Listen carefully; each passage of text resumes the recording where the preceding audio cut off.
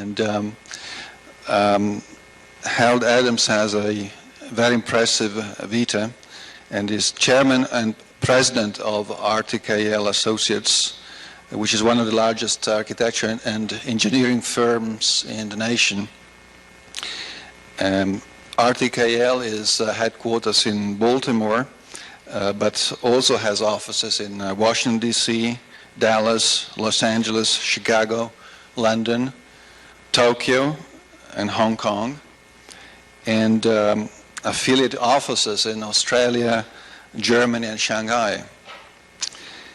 Mr. Adams has received a Bachelor of Architecture degree from Texas A&M University, and he's fellow of the American Institute of Architects, also a member of the Royal Institute of British Architects, and a member of the Japan Institute of Architects. And I must add that in Japan, he's a registered first-class architect, which is a very hard thing to achieve.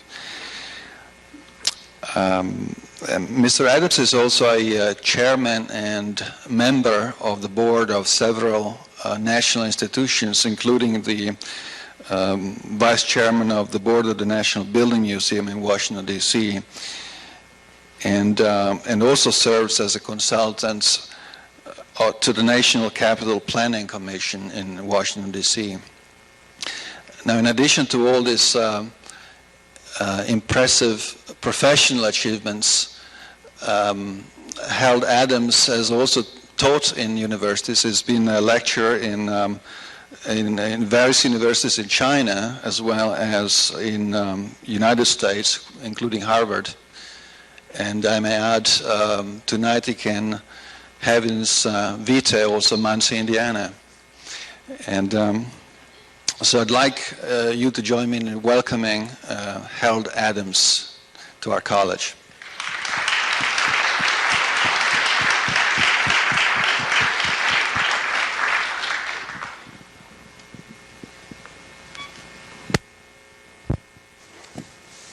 Can you hear? Okay? Thank you very much for that introduction. I gave a lecture about 3 or 4 weeks ago down at Clemson, and I got so carried away that I didn't in any way compete with lectures that I heard while I was in school, especially the one with Buckminster Fuller when he started at 7:30 in the evening. I left the lecture hall at about 3 in the morning, and he was still going. And he went until 6 a.m. Now, you know, Buckminster Fuller was a fairly old man at the time, and what was interesting was that he never stopped walking. He walked and talked all evening. I see a few nods in the room of other people that have gone through a Buckminster Fuller lecture. But when I was told tonight that I only have an hour, I was shocked. Actually, down at Clemson, I've surprised myself when I stopped talking. I'd been talking for 2 hours. And I normally don't speak so long, so I may have to speak a little faster tonight because I have a lot of material to cover. To give you a little background on RTKL, we're a firm that's now 51 years old. It was founded in 1946 in Annapolis, Maryland, a very small capital of Maryland on the Chesapeake Bay. What happened in 1946, many firms were formed then. It's when many young people came back from World War II, and if they had gone to college before going off to the war, they returned and they hung out their shingle, and that's what happened. Archibald Coleman Rogers hung out his shingle as an architect in Annapolis, in the basement of his grandmother's house, right across the street from St. John's University. Shortly after that, a young fellow walked in the door looking for a job as a draftsman. He was waiting for his release papers to come through from the Marine Corps. And as soon as he got released, he was going to go back to Europe and visit some family in France. His name was Frank Tolliver, or Francois Taliaferro, if you followed it the way it was spelled, but he went by Tolliver, the anglicized version of an Italian name. Frank Tolliver retired about 40 years later. He stayed on because what happened is he discovered that he'd been born, his mother was French, his father was American, he was born in France, and he discovered when he got his release papers that if he went back to France, he would be drafted into the French army. So he stayed in Annapolis and Baltimore, and then the firm was known as Rogers and Tolliver. They started doing back porches, small projects. Arch Rogers was very involved in his community, got involved in various community things. One of which was he was very, very concerned about the environment and what was happening after the war, the way sprawl was beginning to happen. So he fought some battles in his community to save various areas. Annapolis is a beautiful historic city, to the point that he made a name for himself, and he was appointed the first zoning commissioner of his county. And these are good points, because the points of all of this is we need to be more involved. We need to be leaders in our communities. Get out there and do more than just sit back and criticize. We need to be involved. Arch was the first zoning commissioner of the county. He fought some very important battles in his county trying to defend some green space, especially between the capital city of Annapolis and the big industrial city of Baltimore. He lost that battle to money interest. But he built a reputation for the firm for standing up for good planning. And it was through that the firm very early on was able to break out of just doing small residential work and schools and more community-based work. They started doing larger planning projects. And this was really part of the foundation of RTKL, in which we still work and we still base our philosophy of good planning. In the early 50s, a young man drove up on his bicycle. He was a student at the University of Michigan, home for the summer. His father was a professor at the Naval Academy, asked for a job. His name was Charlie Lamb, entering the L of RTKL. Charlie was hired, very talented, worked there the summers. When he graduated, he came back. He immediately started winning design awards for the firm. So another important foundation to the firm of outstanding design joined the firm. So by the end of the 50s, the firm was really getting to be well known in Maryland from a small town of Annapolis. The big city was Baltimore, but from the small town of Annapolis, because they were involved in their community, they were reaching out for planning, they were doing outstanding design, they were winning design awards. They were invited to, Arch Rogers was invited up to Baltimore to help the city that was very concerned about the deterioration of its downtown. And it's all because he had made a name for himself in this, as a zoning commissioner, that he was asked to take a leave of absence from his practice in about 1958 and be the executive director of a businessmen's group that had been formed to save downtown Baltimore. That group was called the Greater Baltimore Committee. Business people put up money. They hired a planner, an urban planner from Philadelphia by the name of Wallace McHarg. They came in to do the plan for the central area of Baltimore, working for the Greater Baltimore Committee under Arch Rogers. And the young planner in charge of the project's name was George Kostritsky.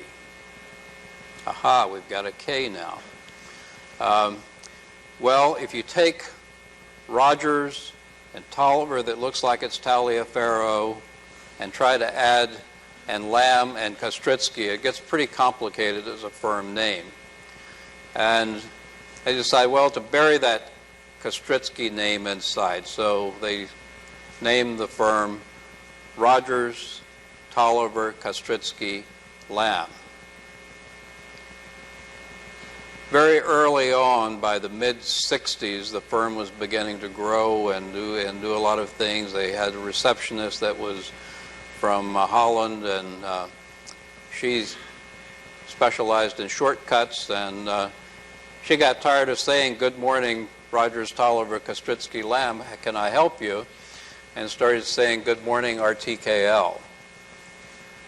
So that's how our name came about. Now this is very important, because in the current issue of Architecture magazine, just out, the very, very, very last word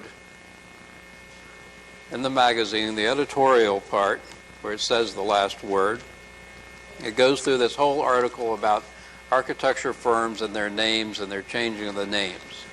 So now that when you're quizzed and when someone asks you this question, the last sentence is, "After all, does anyone remember what RTKL used to stand for?" Now you're all qualified to answer that question. So with that little bit of diversion and a little bit of history of RTKL, let me move forward and talk a little bit more about the office before I show you some of our work. We do have 8 offices. The Baltimore office is about 250 people.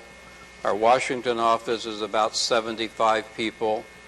Our Dallas office is 110 people. Chicago's our newest office with about 20. Los Angeles is about 120 people. Tokyo, we have 8.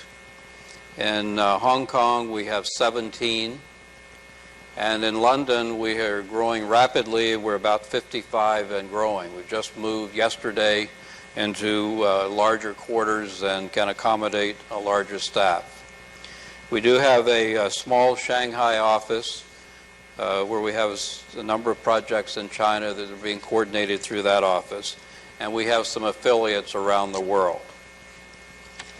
Our practice is very diverse, but it is all based on that heritage and on that foundation of urban planning. The urban planning served the office as a result of doing Charles Center in downtown Baltimore in the late 50s and early 60s, going on in it to do the downtown plan in Hartford, Connecticut, and many of the projects in Hartford, Connecticut, to Albany, New York, to Cincinnati, Ohio, Dayton, Ohio, many, many cities across the country. In the late 50s and early 60s, the firm did the downtown plan.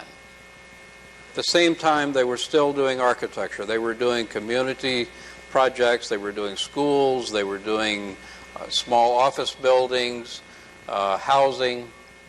And as they evolved into the 70s, they moved into new towns, larger scale planned cities, and all of that has served as a great foundation because we developed a process of involving communities so that we were not doing plans that were plans for the bookshelf, as many urban plans are, but plans that could be implemented. And a trademark of RTKL is that our plans are not only implemented, but they're implemented rather quickly. And it's because we evolved a process that it's rather amazing, I find today, that the process involves the client. But back in the 50s, architects would come in and be hired, and they would go away, and they'd come back and tell the client, this is what you're going to get. Recently, I was in South America, and a South American client told me the reason we like to hire you Americans, you North Americans, is that you listen to us. You involve us in the process. where our Brazilian architects come in and say, I'll be back in 6 months. They come back in 6 months and they say, this is your project. So we find it rather amazing that now that we look back that this was such a earth-shaking change. But our process involved the client. Well, in cities, the clients were very complicated because it was not one individual or one entity that could give you answers. It was many. So we involved this process of working on very small pieces of the city at times, trying to get some consensus, to build consensus on a piece of the city. Out of that, we would have those individuals sitting on this committee that were city council members go back and enact it as a piece of the city zoning ordinance. Those individuals that were property owners, they had agreed to this idea, so they had bought into it. So by the time our process was finished, by the time our city plans were finished, they were already being implemented. Cincinnati's one of the great examples of a city plan that was implemented. First plan we did was in 1966. They had had 3 other famous planners in. They couldn't get anything built because they brought in the big book and the model and said, this is it. We developed the plan through this process of involvement. And by the time we were finished, the plan was being implemented. Many sacred cows that people had said don't touch were not so sacred. They were being changed for the better. Fountain Square is one of those examples, one of the great urban spaces in America that developed out of that. When we started, Fountain Square did not exist. The fountain sat in the middle of an island in the middle of the street. Don't touch it, they said. But by the end of the process, she was sitting in the middle of this great plaza, the great gathering place in Cincinnati. It's this process that led us into other building types, very complex building types, that brought us into healthcare work, another one of our specialties. Because people we were called into Johns Hopkins University, very complex hospital. They had many constituencies, warring doctors. They had a community that they were at war with. And we came in to resolve all these conflicts through this process of involvement. It's not what you normally learn in architecture school, is getting out there and being involved in politics and understanding business and understanding all these groups. But that is the key to the success of RTKL as a part of the foundation of our firm that follows us even through very small projects. And I think it's one of the foundations and the part of the heritage that has led us very successfully into the international marketplace. Because when we were first invited to Japan, we outlined how we worked, we showed our work, showed our projects, and our Japanese clients would say, oh, you're like Japanese, building consensus. This is the whole process in Japan, is building consensus, and it has served us well on many projects there. Certainly, as we have grown, we have looked to diversify and to strengthen the firm. And a part of that is developing areas of specialization within what has become a large practice. Today we have, while we are a very generalized firm, and we will take opportunities as they come in many areas, we are focused in 6 market sectors. So you'll see those sectors as I go through the slideshow, and they're spread around in the work. They are, and underlying all of these sectors, is our urban planning and our whole planning approach, because that's a part of every project that we do. But the sectors are corporate and commercial work, office buildings, hospitality, retail, healthcare, entertainment, which is one of our newer sectors, and government buildings. The reason we specialize in those areas and have these sectors is that when you're dealing with a retail client, you've got to be an expert. You've got to speak their language. When you're dealing with a healthcare client, you've got to speak their language. And each of these clients is a very specialized language. We have some of the largest projects in each of these sectors, in the government sector. Because we're so close to Washington, D.C. with our Baltimore office, and then we're in Washington, D.C. with our D.C. office, we do a lot of work for the federal government. Understanding all of the special requirements of government work is a vital part of it. It's another language you must learn.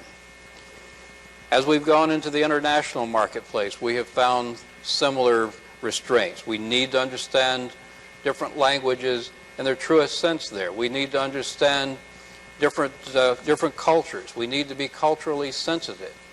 And we were talking at dinner tonight about the incredible differences of countries that are often very close together. Amazing difference between Japan and Korea. Two countries very close together. A lot of Americans can't tell one from the other, but they're very distinctly different countries, very distinctly different people, different cultures, different ways of working. In Japan, when you're working with a client, there are always a lot of people in the room. There's always a lot of consensus building. You never really know when you've succeeded, because yes can mean no. They're always polite to you. And you can have a total failure or a total disagreement and not know it. You will find out, but it will take a while before you sometimes are told in a very subtle way so that you don't lose face that maybe they didn't like what you presented. My very first meeting in Korea, sitting by the chairman of a big company, I was absolutely shocked at this manager that worked with several lines down that worked for him on the project, got into a big argument with him, right to his face. They were shouting at each other. They went around the table, and I thought they were going to come to blows. But that's the Korean way. They're right there in your face. When they're dealing with us, they're in our face. They're aggressive. They're just as great clients. They're very loyal, but very different. And each of these countries that we've worked in, we have found that you need to understand these cultural differences. You need to study it in advance. So one of the things that I always tell students is get out there and try to learn as much as you can about the various cultures. Have an open mind. Have a mind that is always wanting to explore new ways and new ideas. We've built our firm certainly on having a solid foundation of profitability and making sure that we can afford to hire the best people, can keep the best people, that we can buy the best equipment, the best technology, and that we can invest back in the firm. RTKL has been built over these 51 years by continually reinvesting. Reinvesting by hiring good people, building good people, keeping those good people, going out and recruiting more than perhaps any other firm in the country at architecture schools, and always looking to the future and planning ahead rather than just planning for tomorrow. So it's a firm that I take a great deal of pride in, that has built a very, very solid foundation that I believe will continue to be a very strong force. I'd like to share with you now some of the work, and hope that you can, through some of our work, perhaps get a little more of an understanding why I get excited about these things.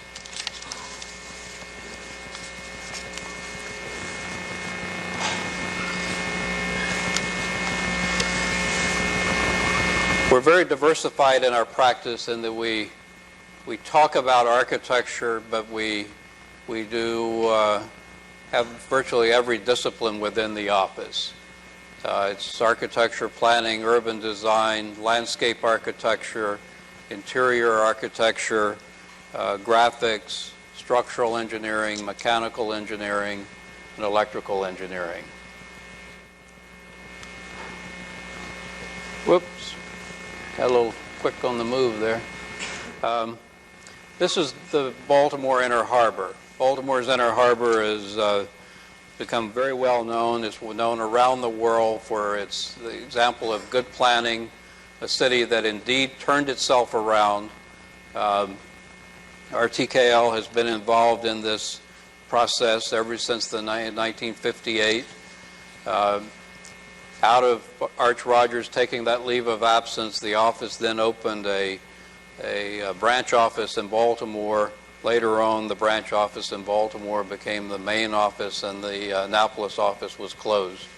But many of the projects you see around the harbor were designed by RTKL. Many of the plans for the projects are the product of RTKL. And somehow that thing goes on. Are you doing it to keep me on schedule? Well, I'll move on. A part of that urban planning is the new urbanism that's happening all across the country today. Would you believe this very dense community, and it is a community, now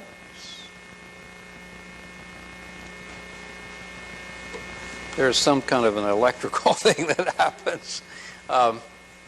This very dense community is in a suburb outside of Dallas.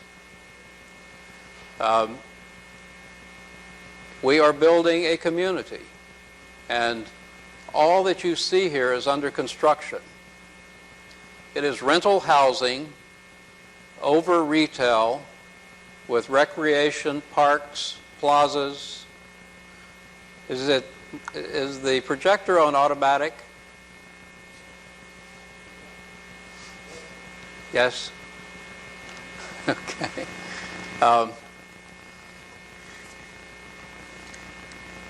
So this is a part of our urban design heritage that we're following through even to today. It's rental housing with recreation and parking under the project, recreation on the interior courts, coffee houses, restaurants, all along the street. It's very, very popular. Now we're in China.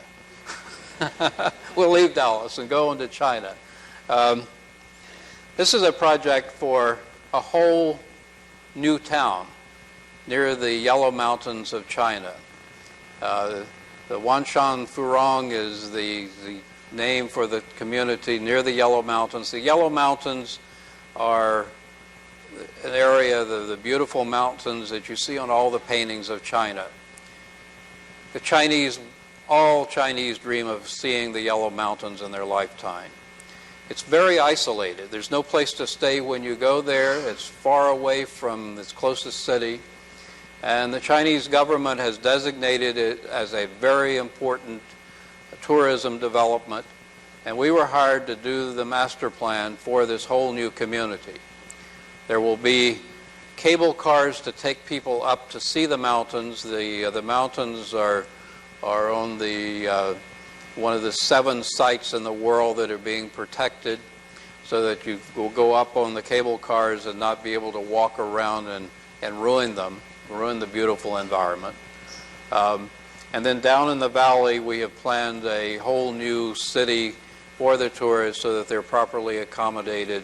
There's a new airport being built, as well as other transportation facilities. Another project in China, this one is a government center project.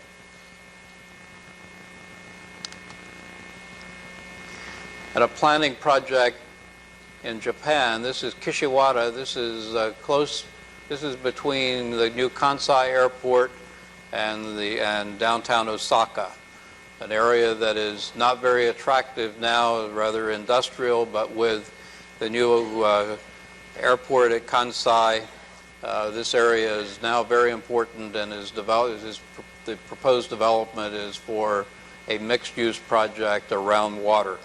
The Japanese cities many of them are located on the water, but they have not used their water. The water has always been used for commercial activities, and they're just now beginning to try to use their waterfronts for the people. And because of our success in other cities such as Baltimore, we've been called in to plan many of these waterfront communities. Another city in Japan, this is Moji Port, on the far southwest part of Japan. And here was where we used our consensus building and our urban planning, like we've done in America and other places, to build consensus among a lot of very diversified landowners to all buy into this plan. And this plan is now being implemented. In downtown Berlin, this is a major planning study for the area around the new train station.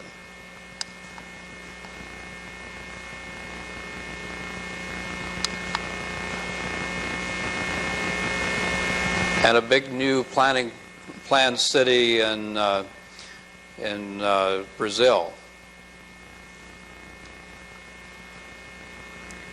And this is a tourism city in Egypt, Sal Hashish, on the Red Sea, a very important archaeological area that the Egyptian government is opening up. And this is not only a recreation area, but it is the plan for a whole city that will serve all of these visitors as well as the people that work there. An important part of all communities is retail, and we certainly have built a reputation around the world for our retail design. Retail is a critical part. It's a part that many people don't understand. It's an area that serious architects did not get involved in. We were the first serious architects to say we believe that we can do a better job with retail. We believe we can turn retail into human spaces, interesting spaces, and this is actually a remodeled job of a ugly 1950s retail mall that we renovated out in Las Vegas called the Boulevard Mall. This is a retail project in the middle of a city in Spain, Centro Augusta.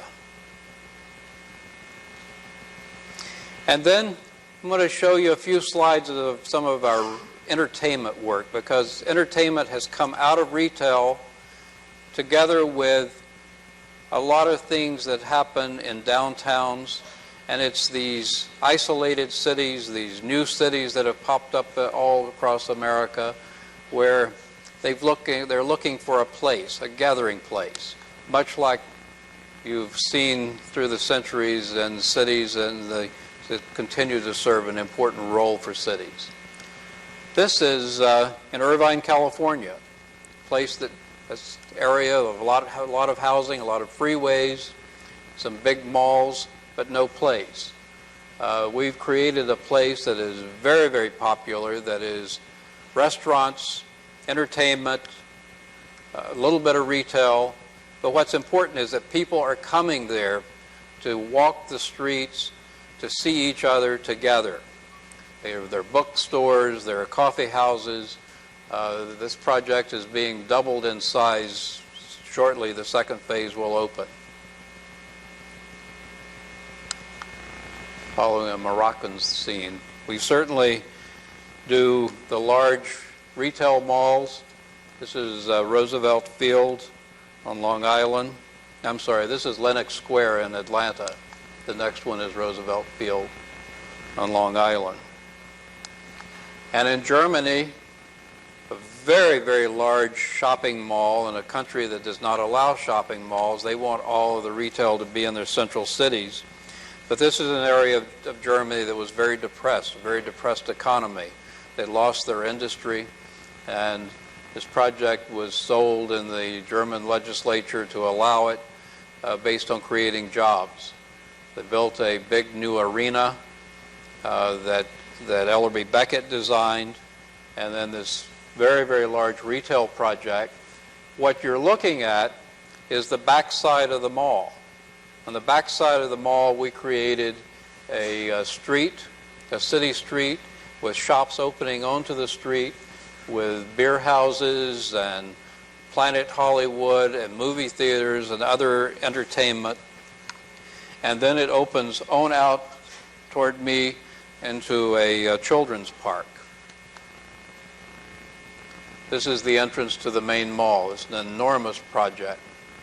It's bringing people from hundreds of miles away into this area now. The German government built a train line into it. There's a new train station here at Central Oberhausen. So it's a project that is working day and night. In the center of London, a historic building that was getting a little tired. We were brought in to renovate this project and turn it into something more interesting. This is an area, their Piccadilly Circus, where I think it has the more tourists than any other one spot in the world. Those of you that were on your trip to Europe, I'm sure you all spent some time at Piccadilly Circus. Well, in this very staid, historic, listed building, we did this. Now, you know, we had that debate when we were going whether or not to do retail work. Well, we had a real debate on this. And to give us comfort, RTKL didn't do this. ID8 did it. We have another group called ID8. ID8 is a subsidiary of RTKL, and it brings together retail, theming, this kind of design. We're pulling together entertainment types because there is a need for it, there's a market for it, it's an outgrowth of many things that we do, and all of our cities are using this type of retail entertainment to bring people back into the cities. Everything down to the CD-ROM we can produce for you. Warner Brother Theaters. We've designed Warner Brother Theaters. These theaters are being reproduced all over Europe. We're doing a number of Warner Brother Theaters in Europe. We did all of the graphics and interiors for this project that was done by Bob Stern at Disney World. We created the theming for this project through our ID8 group. And this is the future home of Batman. This is a project at Battersea Power Station. It's an old power station that is being renovated into a wild space type entertainment center. There's our ID8 logo, so I've got proof that it wasn't an RTKL project. Some of the incredible talent that we have in our office, this is where we've brought the graphics, the detail together, and we do in food courts and in other places right down to the signing and graphics. We think that's all important. We think it's all a part of architecture. It's all a part of the design process.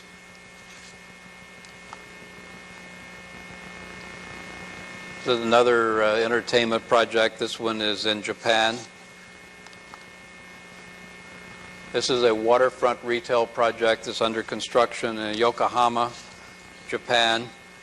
A project where the site is actually going to be used for another purpose. It's only a 10-year lease on this site. So our client, Mitsui, hired us to do a little Nantucket Village type retail entertainment area to use the site during the time during these 10 years. It's a temporary project. And we did it along a city street, created and used very simple buildings. This is a project in Brazil where it's a retail entertainment center city project. An enormous project that is now complete in Beijing. This is only a block and a half away from the Forbidden City. It's in the historic zone, so we were required to put some Chinese roofs on some of the buildings. It's a project that has 6 million square feet. It's 2.5 blocks long, called Dongong Market. It's got a hotel in it, office buildings, 6 levels of interior retail, movie theaters, an opera house, and parking for 6,000 bicycles. A project in Barcelona.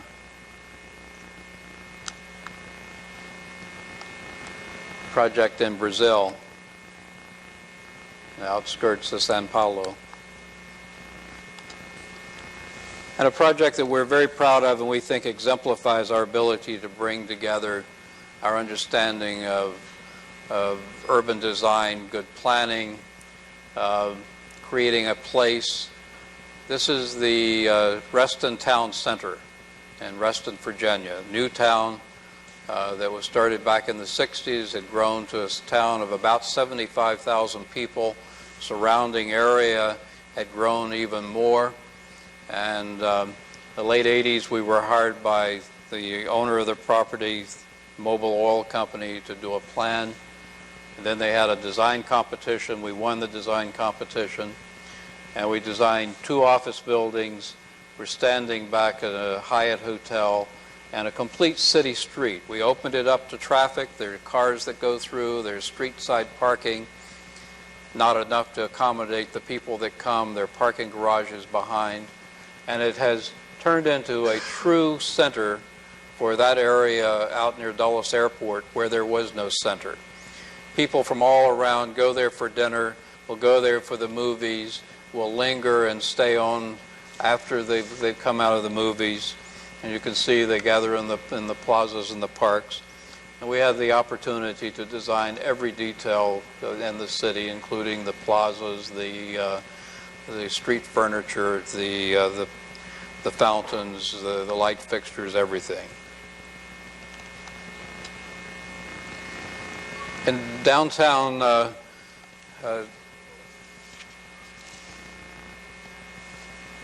where is this? Somebody know? Cleveland, Ohio. This is a project that was planned in the 1920s, right before the Depression. The tower was built, Tower Place was built, and the Depression came along. In fact, the architect was the architect of the Empire State Building. It all stopped. The foundations were in. Everything that came out to the edge of the water was where the foundations were built. But it stopped. And in the 80s, we were hired to come back in and redo the train station below and design this project above, which on the left-hand side is the Ritz-Carlton Hotel. On the right-hand side is an office building. In between, we created a great hall that's not old, that's all new, to bring back the memories of the great train stations of the past. And that's a big retail project. It's turned into an incredible new center of activity for Cleveland. Just down the river a bit is where the new stadium and the new arena is located. We've done planning work for Cleveland on the location of their new football stadium. And then we also did the, perhaps it's not here, but it's somewhere in here, the Bank One office center in Cleveland. So Cleveland's been another city that we've had a great deal of influence and has been a city that we're very proud of. So if you go to Cleveland, go through Tower City and see how we've woven in old and new and created this new exciting fabric. This is a city in Daegu in Korea where we are doing about a 25-acre project for Samsung Corporation. office building, hotel, community facilities, exhibition center for all of their products. They're introducing a new line of automobiles, and this is the city where they're being manufactured, and they wanted a place to show their new products. This is Warsaw, Poland, where we're doing the tallest building. This is for a South Korean client, for Daewoo. Daewoo's got us working in South Korea, in Vietnam, in China, in Warsaw, Poland, doing their headquarters there, in Kiev, in the Ukraine, and in Morocco. So it's the loyalty that you build in these Asian clients that follow you around the world. This project is under construction. For those that know golf in the room, our Japanese client hired us to do completely renovate the Old Course Hotel at St. Andrews. This is the birthplace of golf, right on the Old Course, where the part of this building off to the right is the famous road hole where you have to do a blind shot over these buildings. You don't know where your ball's going, and when you stand at one of the balconies of the hotel and look down at the swimming pool, you discover where many of those balls went. This was a very ugly concrete bunker type hotel that had been designed in the late 50s, early 60s for the British rail system. And our Japanese clients hired us to completely renovate it. You could not see the golf course from any of the rooms in the hotel, which is amazing. There were no restaurants or bars anywhere in the hotel where you could see the golf course. So we reoriented it, replanned it, turned it into a 5-star hotel with lovely rooms, and in the process made it look like it belonged in Scotland.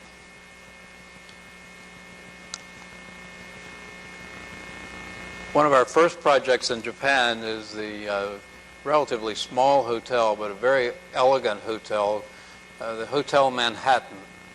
This is out near the new convention center outside of Tokyo at Makahari, which is an area that has grown up very rapidly over the last 10 years. This is a 5-star hotel owned by a client, a man and his wife, who loved Manhattan, loved to go to New York, and hired us. In fact, I met with them at the Plaza Hotel and tried to make a presentation to them over tea on those tea tables that are about that big around. And every time I see them, they remind me of how funny it was that I was trying to present our work on this tiny little table. But we got the job, and it's a wonderful project. It's very, very high quality in all of its detail. And this is the hotel in Morocco that we're designing for Daewoo, the South Korean company. In fact, you see their flag there. A very large resort area in Korea that we're doing for Daewoo. This is currently the site of a ship manufacturing plant. They're looking ahead. They hired us to plan ahead for them when they know that shipbuilding will no longer be profitable, that their labor rates will be such that that type of industrial activity will move elsewhere. And they ask us to replan the project because it is in a very beautiful location. Another project in Korea, this is the Tungyang headquarters building. Tungyang is a big securities brokerage firm in South Korea, and it's also got a Shangri-La hotel as a part of the building. And our tallest building. And may very well be if it gets built, and certainly the man who's hired us has all intention for this building to be built. This is the building. This building is known as Lotte World. It's in Seoul, Korea. It's a hotel setting on a base that's got Broadway theaters off to the left, big indoor entertainment on the right, 21 restaurants, marriage halls, a 10-story department store, about 6 million square feet of space totally, 2,000-room hotel. What you're looking at is 115 stories, because each time we go to meet with this man, Chairman Shen, he wants to know what is the tallest building in the world. And he challenges us to add a few more floors. Now, the government of Korea does not allow a hotel of that height. They only allow a building of about 70 stories. So we brought in a model of a 70-story building, and he just sort of sneered at it. We said, but there's an airport nearby that the government uses, and they said you can't have a building of this height. He said, I will build them a new airport. So I'm convinced that the man's going to build this building because I think he wants to leave a legacy. He's a man that is self-created billionaire, created his billions in selling chewing gum and candy all through Asia, built it from nothing, and he's very proud, and he's very proud of his achievement and is going to build this lasting monument in Seoul.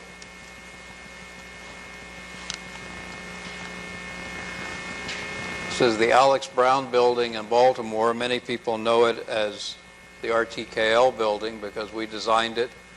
We were the only occupants of the building for the first 5 years because it was built at the time when real estate crashed in this country, and we got used to living there alone, but now it's fully occupied by Alex Brown, which is a large brokerage house. The Bank One in Cleveland. An office building in Beijing that is under construction. This is the headquarters of an insurance company in Beijing, the Chinese life insurance company. And we do very small buildings. This is a very special building, a historic cast iron building in Baltimore where we were asked to build an addition. And we studied and thought about doing glass and other things, but we thought that it just wasn't appropriate and designed a steel frame in front of a glass that picks up on the qualities of the cast iron, and this building's won a number of awards for the firm. This is a project in a hotel project outside of Seoul. An office building complex in Saudi Arabia for the SABIC Corporation, where Saudi Arabia's very harsh climate, and we created lots of sunscreens and enclosed areas. An office building in Beijing for the Chinese shipping company. An office building in Shanghai, a financial center.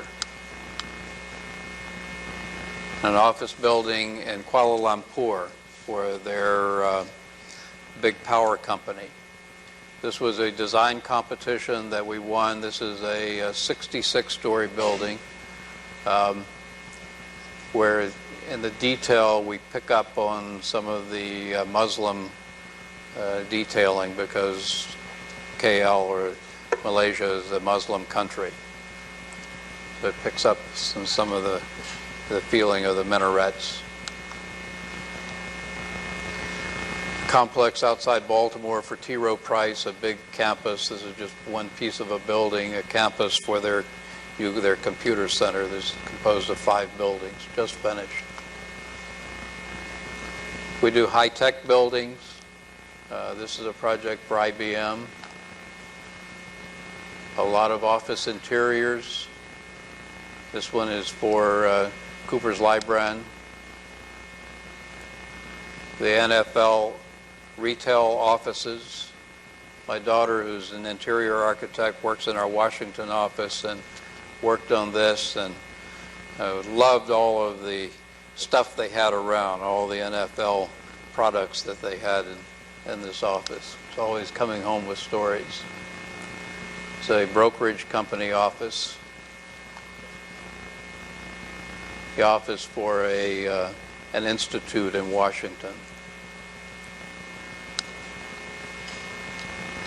And we're working at the U.S. Capitol, a very interesting project that I personally have been deeply involved in. The need for a visitor center is great. Those of you that have visited the Capitol know that you're treated very poorly. You really can never understand what goes on in the Capitol other than a lot of chaos, because that's all you sense.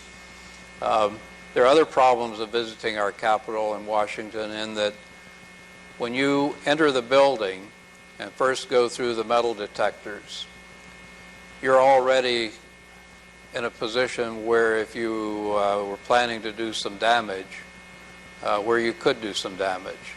So it's a part of a security study also to move the perimeter further away, so that they have the equipment to properly analyze backpacks and anything else that comes through. It's unfortunate that we live in a world of terrorists, but we do. And at the same time, every member of Congress wants to make sure that this symbol of democracy continues to be open and available to people. So along with the security needs, there's this great need for telling the story of the Capitol. And we were hired to design a 3-level underground facility on the east front, under the East Plaza, and what you're seeing is the top has been pulled off and you're looking down into it, with auditoriums, exhibits, restaurants, places to more properly accommodate the crowds more comfortably, and then have them go on into the Capitol building in a more paced way, and understand, once they get in, better what happens within the Capitol, understand how their democracy works. This is a project that we have completed the working drawings, and we hope that it will get underway very soon. A government center building outside of Washington, the Fairfax County Government Center. The new U.S. Embassy in Kuwait. We work for the State Department all over the world, and this is the replacement embassy after the one where we had occupied didn't survive the war very well. The Embassy of Singapore in Washington. We designed the new Singapore Embassy. We were able to design every detail of the embassy. They're very, very proud of this building. We work for the Smithsonian, and we have a restoration group in our Washington office, and this is the Arts and Industries building that we're restoring. I mentioned we do healthcare work. This is a new hospital for Johns Hopkins Hospital in Baltimore. A new hospital at Summerlin in Nevada. And some very small special projects. This is a project that we designed pro bono for an environmental group in Baltimore called the Living Classroom. It studies the Chesapeake Bay. And a very, very small project that won a National AI Honor Award, won local honor awards. This is at the Maryland Institute College of Art, a sculptor studio. This was a temporary building designed for a sculptor from Japan who worked under a master, and his master wouldn't die. His master was 90 years old and still alive, and he could not do one of these great wood sculptures because he would be competing with his master. So he had to leave the country, and a patron offered to pay for him to go to the United States This studio was built by community donations. We donated the design. We had a little competition in the office and donated the design. Construction company built it. The power company provided the poles, and we won all these design awards with this wonderful little project. And the man got his great piece of wood sculpture built, and it was later moved, and this building no longer exists, but we're very proud of it. A train station in Japan. This is the Miyazaki Airport. And this is the downtown, the main Miyazaki train station in Japan. All of this work has been created by many, many people. It's the real foundation of RTKL.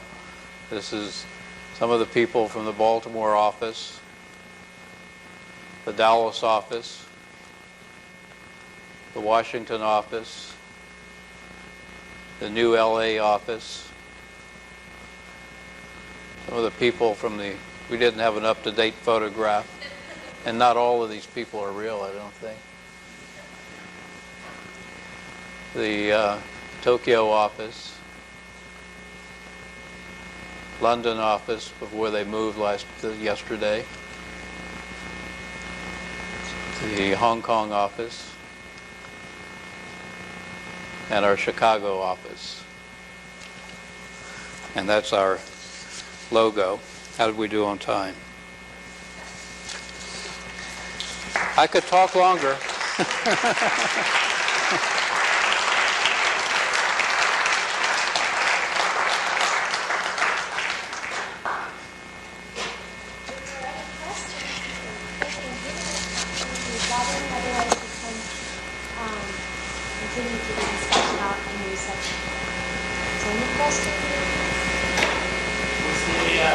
Decided to make the Capitol building selected to help shore up the retaining wall. The retaining wall for Back wall for the Capitol was sagging. Does that have some influence on your site? No, but we certainly, we're going right up to the Capitol building. That's the sagging steps certainly caused some concern, because we're going to be digging down about three or four levels down to build this. And we've done a lot of soil tests and borings to make sure that the building stays up. And we'll all be happy when we get through those first few phases of the construction.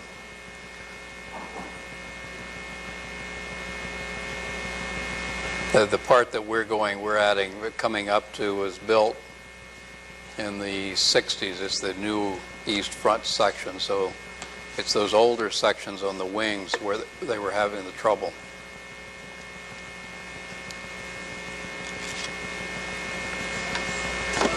Like most of your projects had pretty good budgets. Do you anticipate establishing budgets? Yeah, we work very closely with our clients on the budgets. We don't have the budgets on our projects. We work for a lot of our projects are for clients that have pretty tight budgets. So it's an effort to try to get more for less. And in many of our projects, we find that we're able to do that through detail. It's been one of the important aspects of our graphic design in projects, to be able to get some very special detail in the graphics and the handrails and places like that to cover up the vast walls of sheetrock. The Asian clients tend to be much better budgets. All of our international work tends to be much better budgets because they have a different attitude toward building. I think in our country we're beginning to understand the need to build buildings that will last, and build buildings with the materials that can last, and not just tear them down. But certainly the real estate values are such in the Asian countries and in Europe that they tend to want us to use more lasting materials and build the projects with much finer quality materials, therefore higher budgets. It's been very interesting for us, and we've been in the international marketplace now for 10 years. We started in Japan. Our first international work was in Japan. And I think that was a good place for us to start because Japan is very demanding. Quality is always expected. So it served us well to have learned the international practice there. But we certainly have found that, and it's one of the reasons that a lot of young people like to come to work for us, is that the challenge of the international workplace is beyond just the travel. In fact, the travel gets pretty old pretty fast. The real challenge is that the clients want you for what you have to offer, and they are really looking for quality. And we really did not have much of a portfolio of high-rise building until we got into the international marketplace. We now have an incredible portfolio of high-rise buildings. We didn't have many museum-type projects. We're now doing museums. We find that the clients that hire you in the international marketplace have a much higher level of respect for you, want to hire you for your professional expertise, and they listen to you.